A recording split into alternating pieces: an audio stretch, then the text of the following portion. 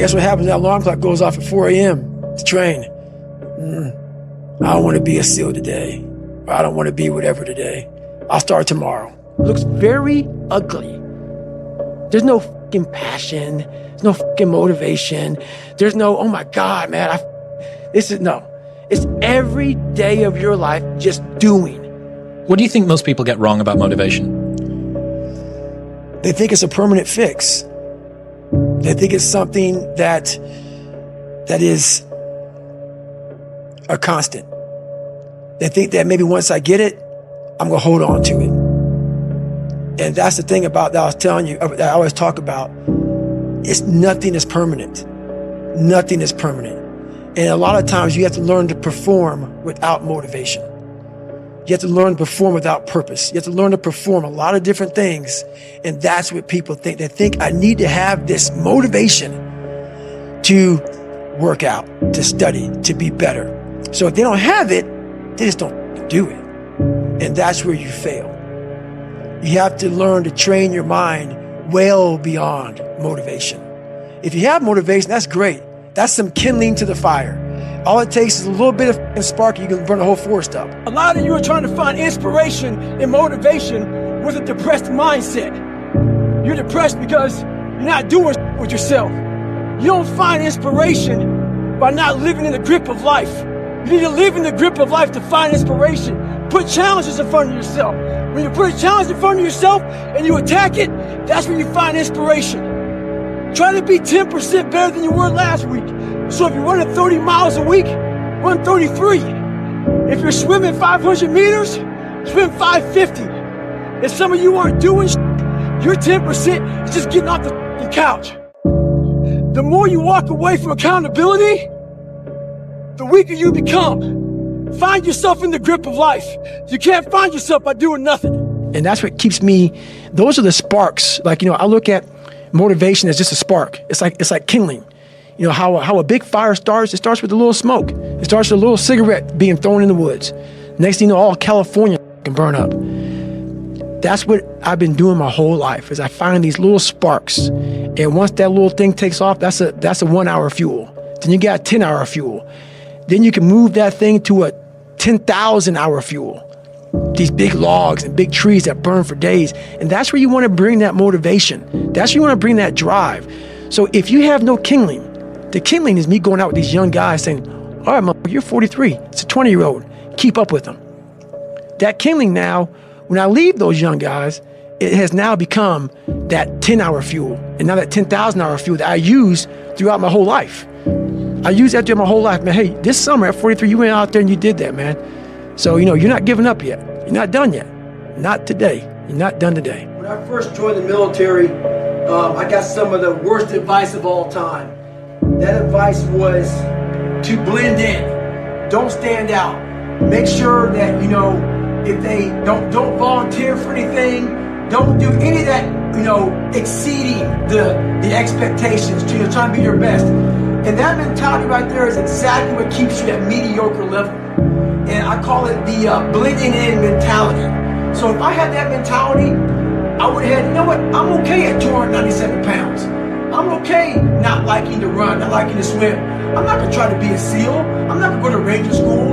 I'm not gonna try to, push these limits in ultra races. Your mentality just stays there with the blending in. You look around the society right now, there's a lot of motherfuckers who are blending in. You can see them. They're blending in. Change your mentality and never blend in. Like I always say, this message isn't for everybody.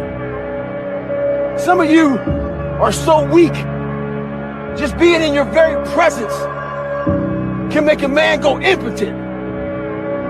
Your fucking energy is so, I can't even explain it. I put a video up of some fucking feet, 10-second video, and you all got so much to say about it.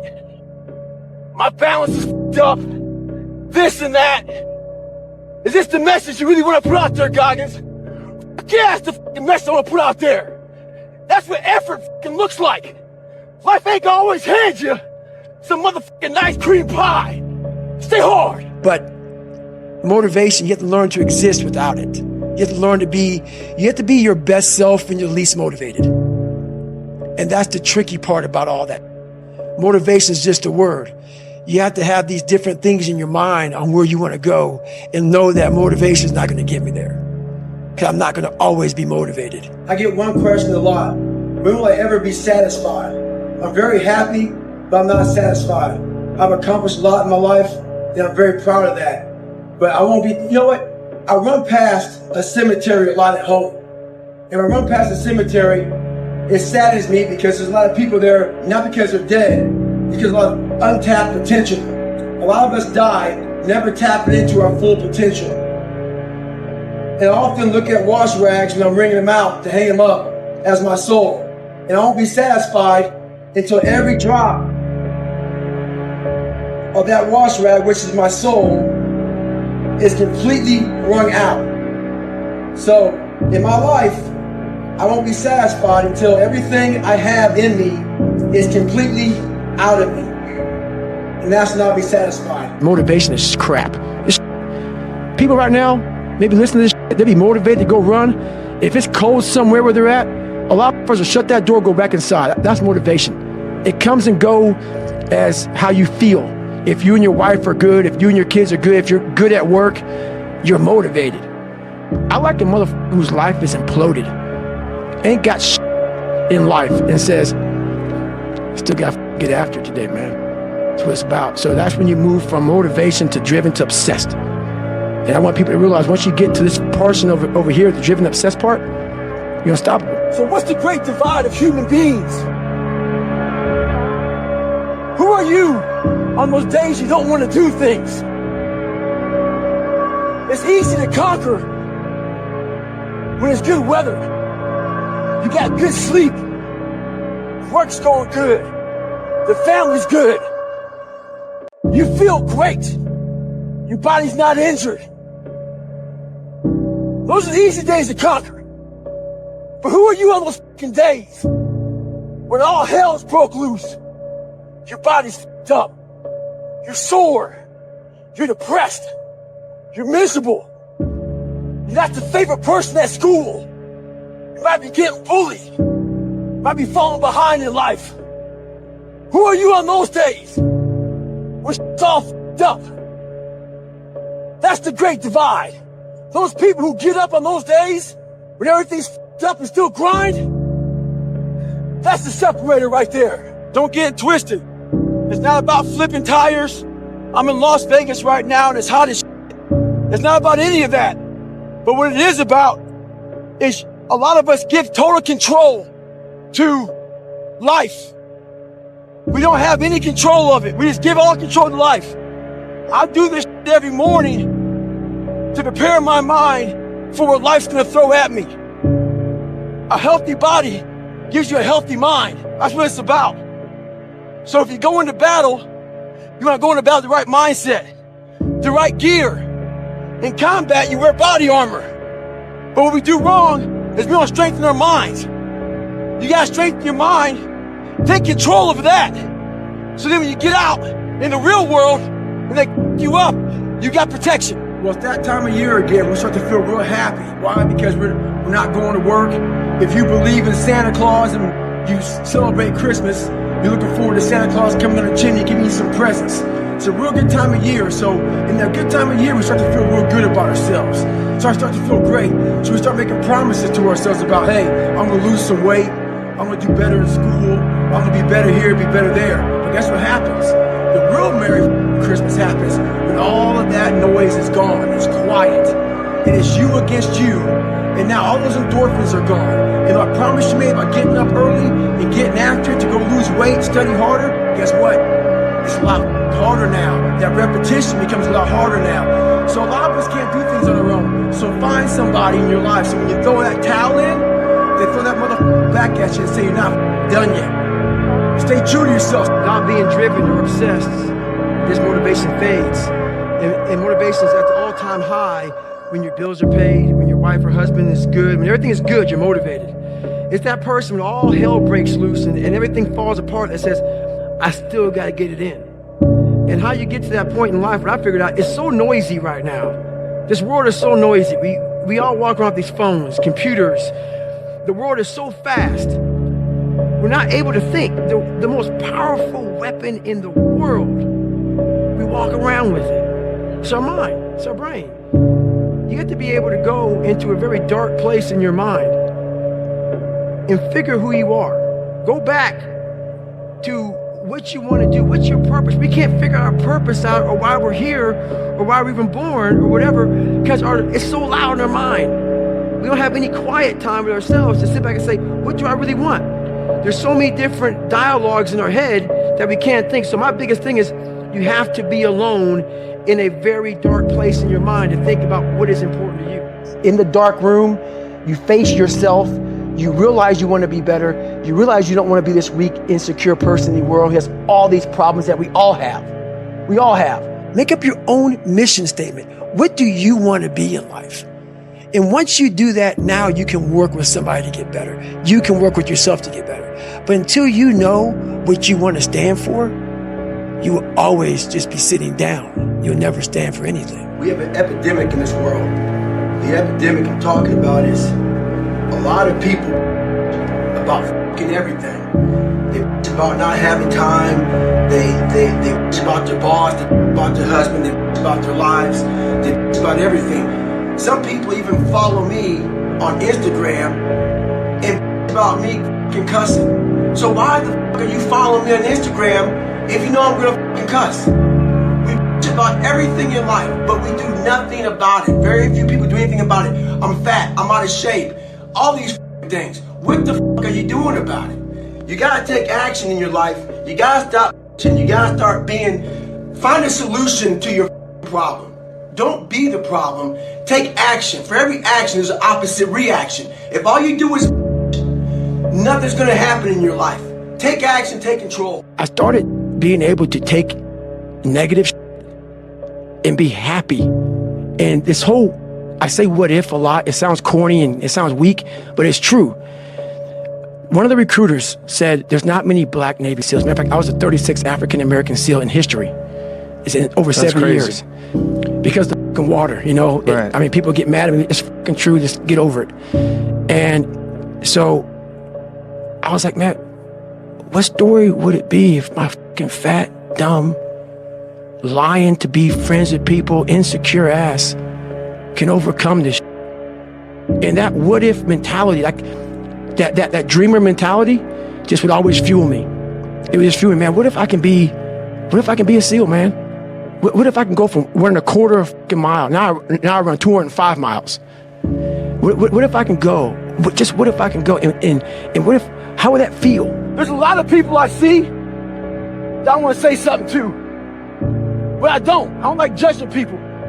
Because I don't know where the f they came from, what they had to deal with in life. So I shut the f up.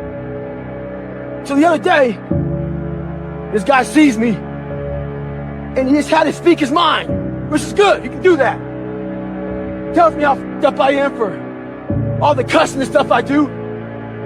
But what he doesn't realize, when he was walking up to me, I was judging him. I just wanted to say nothing.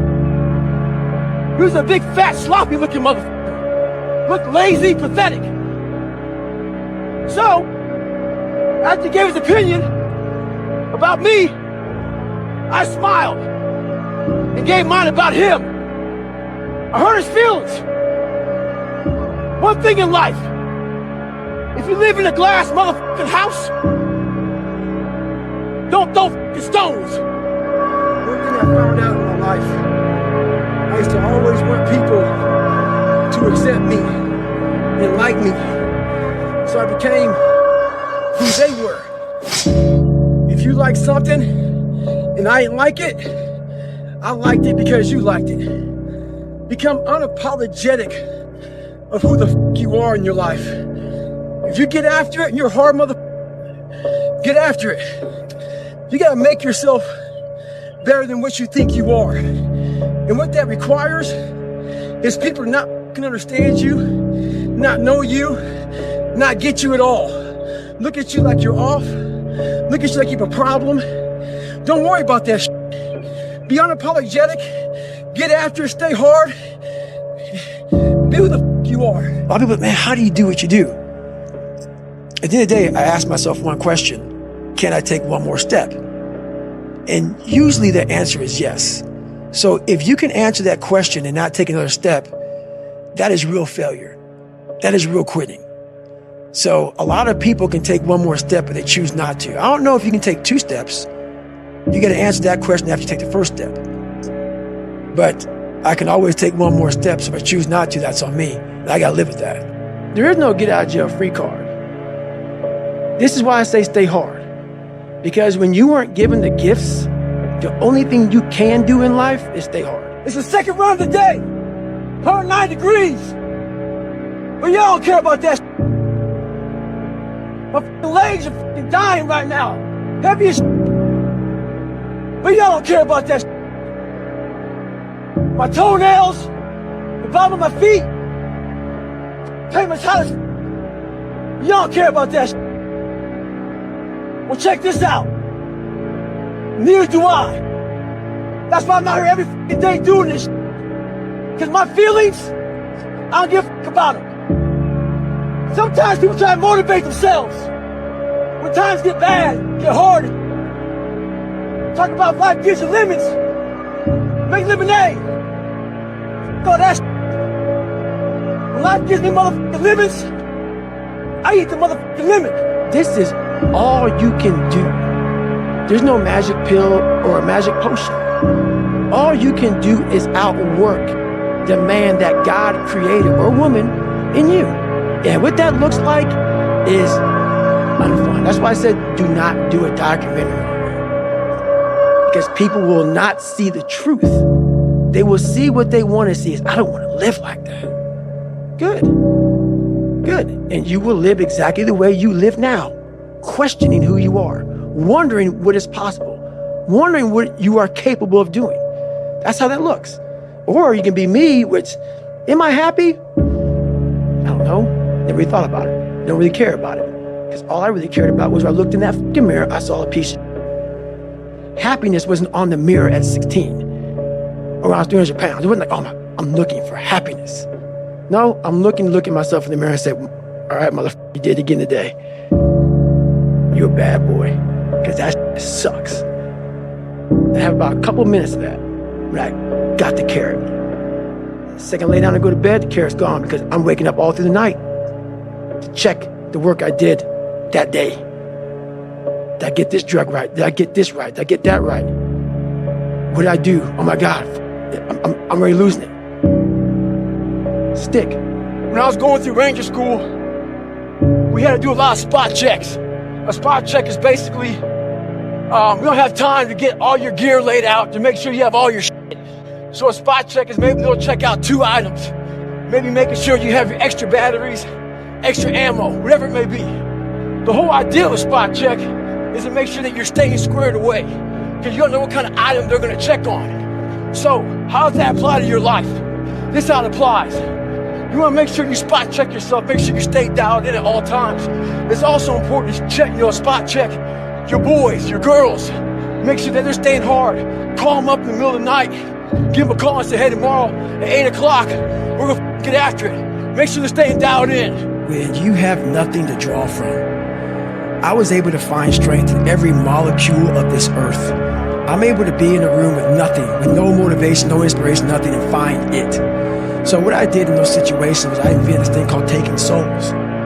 When everybody's all f***ed up and you're exhausted and you're weak and you're tired and you're looking around and everybody looks as bad as you or even worse. I'm like, you know what? I want to now make a statement. It's the perfect time to make a statement. To make a statement to let you know where your life ends and mine begins.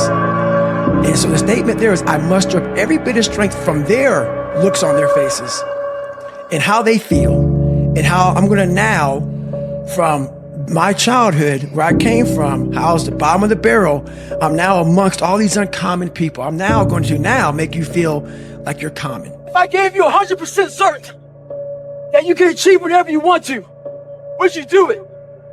Everybody raised their hand. So what gets people? It's the uncertainty. What we do is we love to bury half of ourselves away. All the bad parts. We bury them in the attic. We bury them in the cellar. We bury them in the dungeon of our mind. We're afraid to go in there and figure this out. Figure the very things that we're afraid of. So we leave it alone. See, those places are scary. There's cobwebs. There's spiders. It's dark up there. So we don't go up there to figure it out.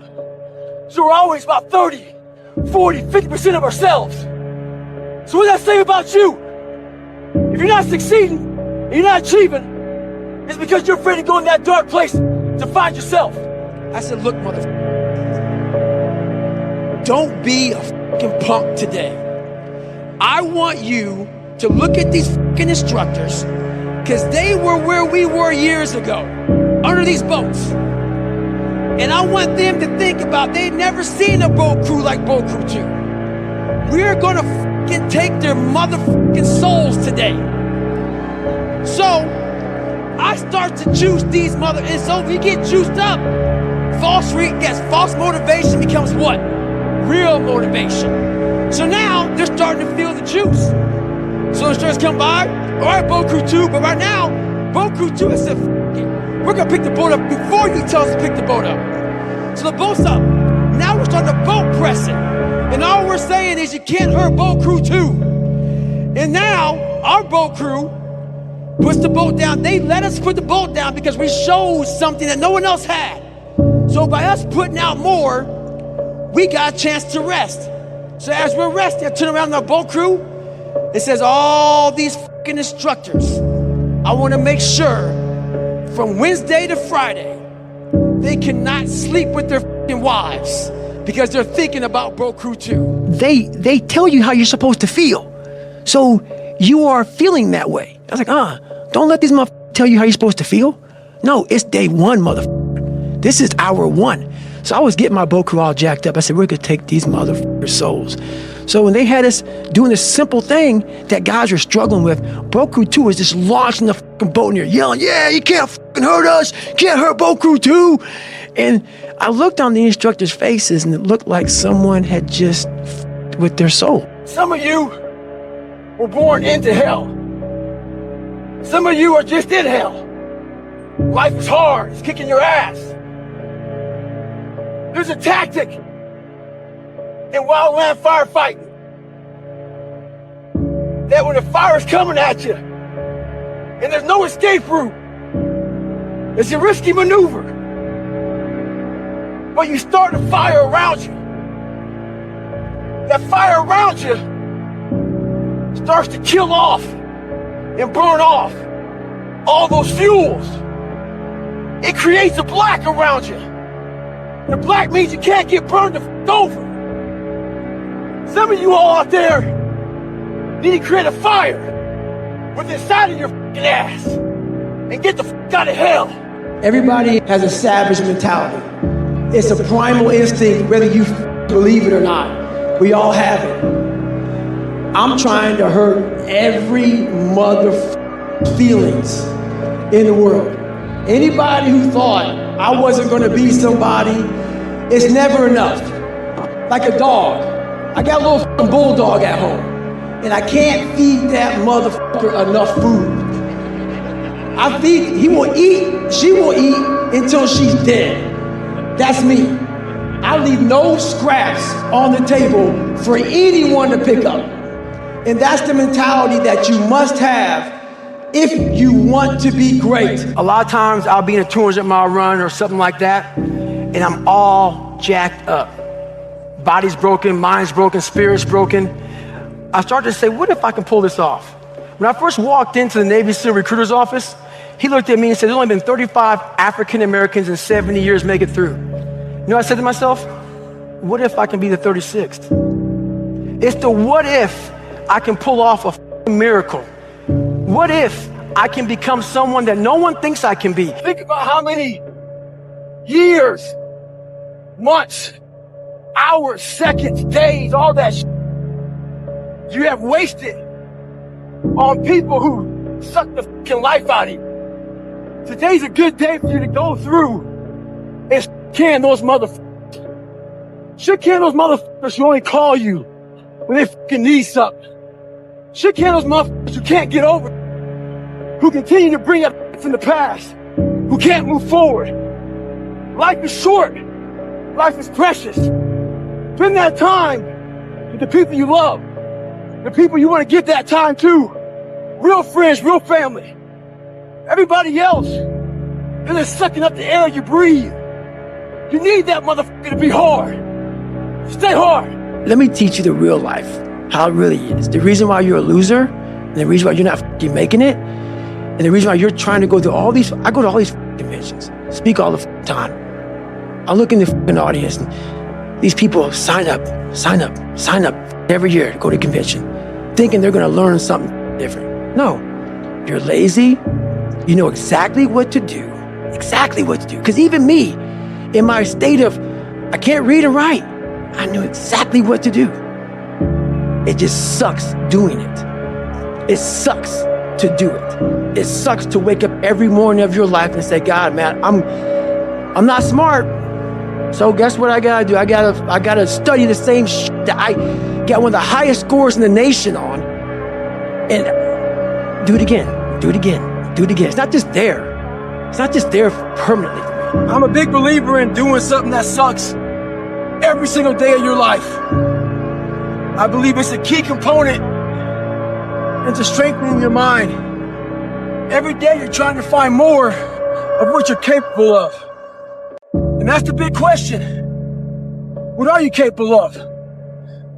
Stop doing the things that you do every day. You run every day. Go swim. I'm not a big tire flipper, but flipping a tire, one tire for a mile, they'll definitely build something. So I'm all about callousing the mind. Do something that sucks. I've never been healthy.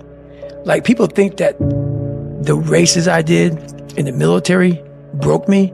I was broken way before then. Numerous health problems before I even got in the military. Really? Numerous. I'm talking about, like, you're talking about like sickle cell. Yeah, I remember that. Twisted body from all the stress I was under as a kid. Yeah. There's a lot of different problems. Thyroid issue, adrenal issues, all kind of. That you had when you were young? Yes. Okay. And so then they got magnified as I got older. So I would go to the start line of a race, like Badwater, the 135-mile race to Death Valley. No one knows this. But if you go back, and there's videos of me out there, Google David Goggins' first video, or first Badwater race, you will see black compression tape on my ankles. I had broken feet at the start line of a 135-mile race. Your feet were broken. Broken. And if you go back, you will see, as I'm finishing the race, you will see this black compression tape floating behind me. I went to the start line of that race.